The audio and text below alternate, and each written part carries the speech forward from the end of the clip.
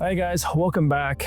I have been knees deep in creating an AI system for our team. If this is your first time watching this channel, my name is Ray. I have an e-commerce agency with my partners called Ride Digital. We have 50 people on our team.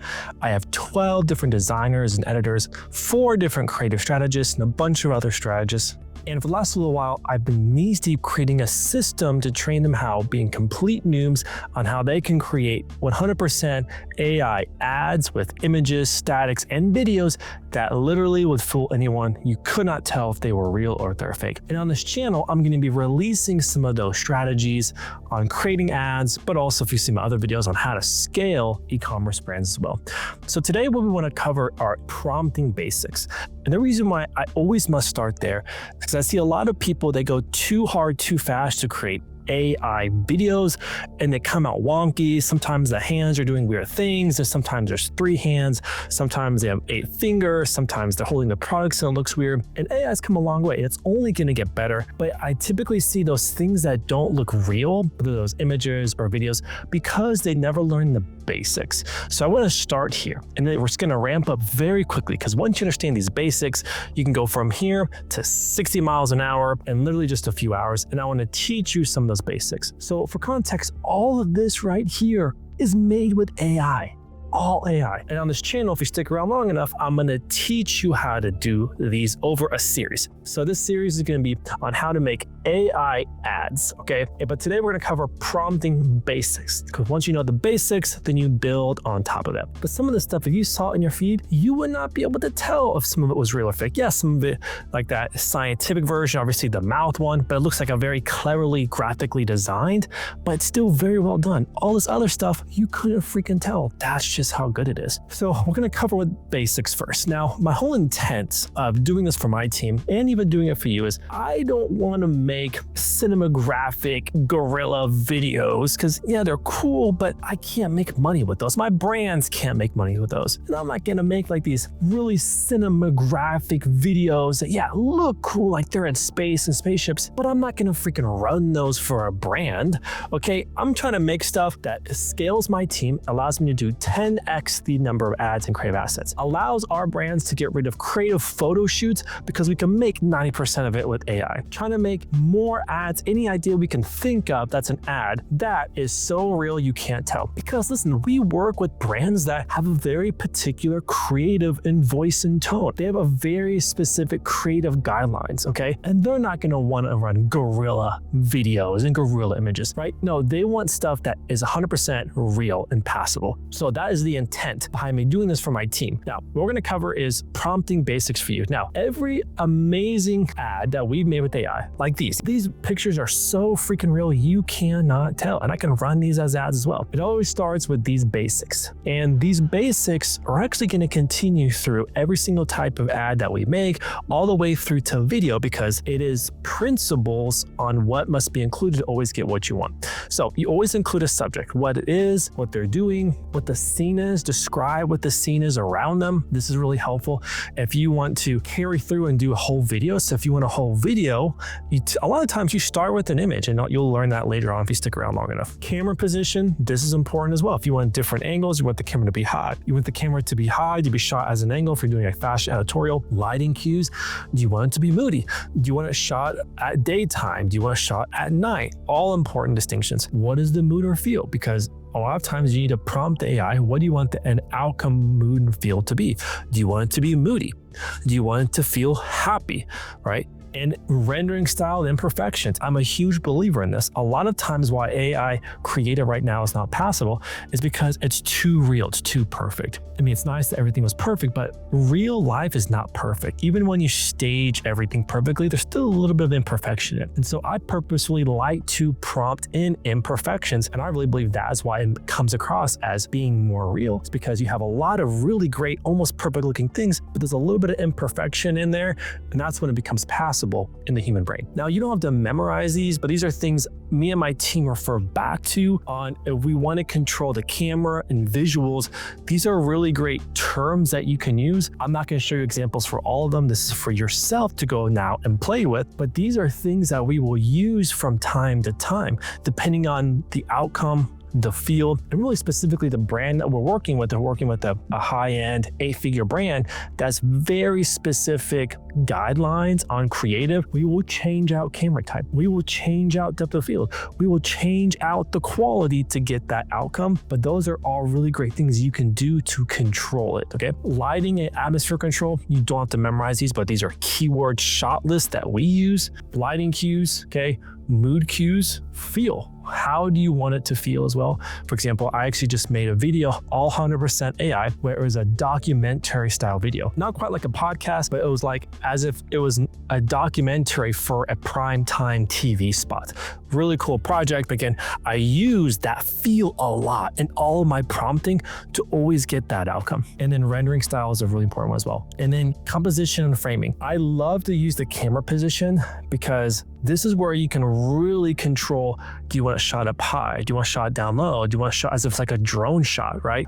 We use camera position a lot for our fashion editorial shots, for our high-end fashion brands, where typically for those, it's a really drastic angle shot in a city or in a really interesting background. So that's one that we use quite often. Now, this is the template prompt you are going to want to use. This is what we used. A lot of our base always starts here. So copy and paste that, and you're gonna change this out from there. Now, I'll show you in a little bit that we actually have a Gemini gem that we've trained to help us with prompting and prompting exceptionally well, which I'll explain later in another video. But this is our template structure that we use. For example, that is why I can prompt realistic images like this. This is for a project where we needed home shots of a mom who was stressed out with kids. I wanna show you just how a couple keywords can completely change the end outcome of an image. I want to take just aperture because that's one I don't hear people talk about a lot, but I like it because I can really control lighting of it. So just playing around with the aperture, which is how much light is allowed into the lens. You can see the lighter it gets with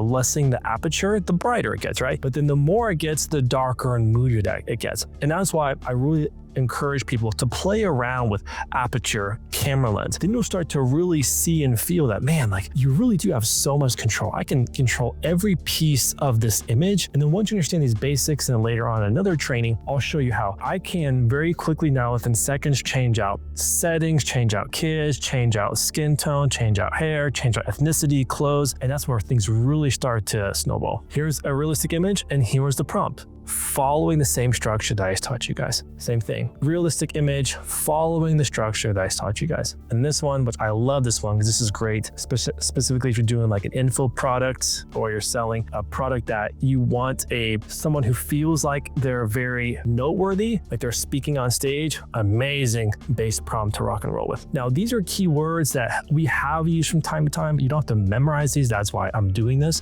that you can go back and reference them. But these are keywords that have helped us get outcomes to make things look very natural if they're shot with iPhone. Because the whole intent of this training for my team was we want things that always look like they were legit shot in real life. Again, I'm not trying to do guerrilla videos. I'm not trying to do anime stuff. Like I'm trying to make ads to make money for brands. And I need things that are passable that when the human watches it over social media, YouTube or TikTok, it's going to feel real and they're going to buy from it. Okay. That is the intent of doing this. And these keywords have helped tremendously to get that outcome. This will be for you to go and play with when you start doing your prompting. Now, a quick note on this, when I am prompting videos, images, I often play with the iPhone type.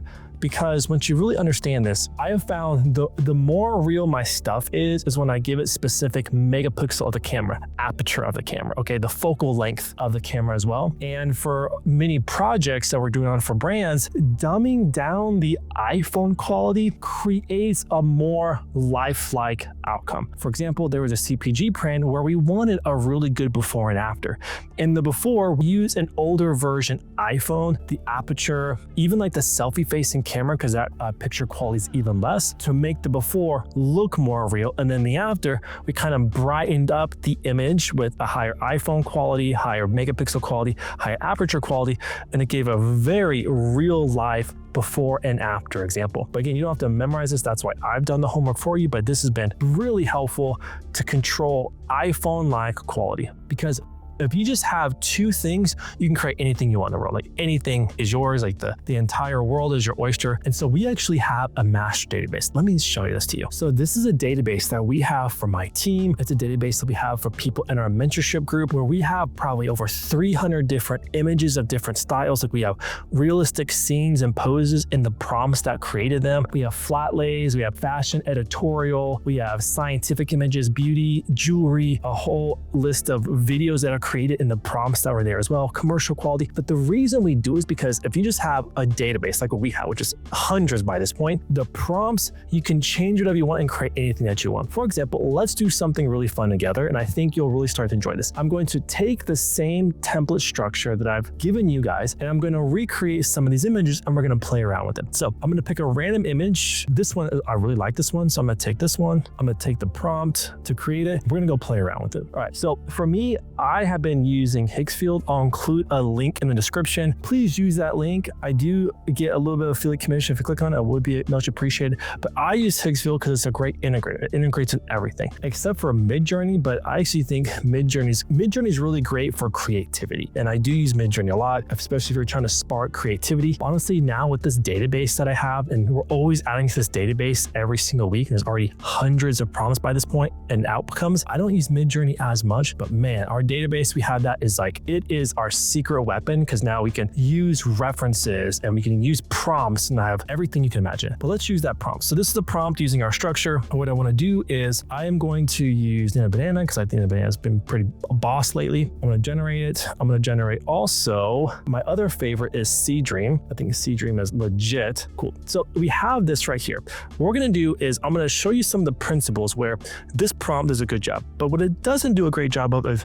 using very specific camera type and some of the keywords that I've taught you guys. So I'm going to show you what it is in those two platforms. Then what I'm going to do is I'm going to include some of the cool stuff that I've taught you guys. All right, guys, welcome back. So I just did a few prompts, and all I was really changing was camera type, aperture, and maybe just the mood a little bit too. So this is where we started. Here I started choosing a much darker mood. So I went from the keyword list that I gave you, and I was choosing more moody, darker aperture, right? And then I started changing different camera lengths. I started having it do a blur in the background more. I had it do a lens flare. That was a specific keyword from the list that I showed you guys, doing a specific lens flare. Then I started doing things like having to do a hyper candid moment. Here I have to do a specific camera like this one, the Lucia M6 with 35mm grain. So you can see just with different keywords, with the exact same structure, I changed nothing about the woman, the scene, nothing. Just with those keywords, I was getting very different moods, different styles. This is one where I did a very candid shot, a very candid moment. That was a specific keyword I used in my prompt. Again, all stuff you could not tell that this is made with AI. And so that's where I go back to challenge you. Make sure you play around with it. Use the keywords that I've shown you as an example. Now,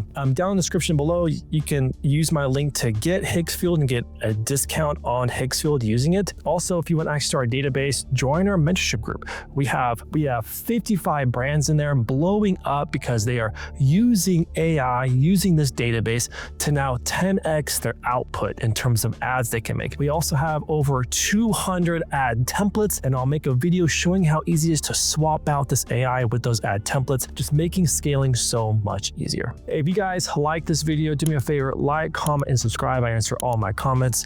You're welcome to reach out to me, obviously, on the socials, on X or on Instagram.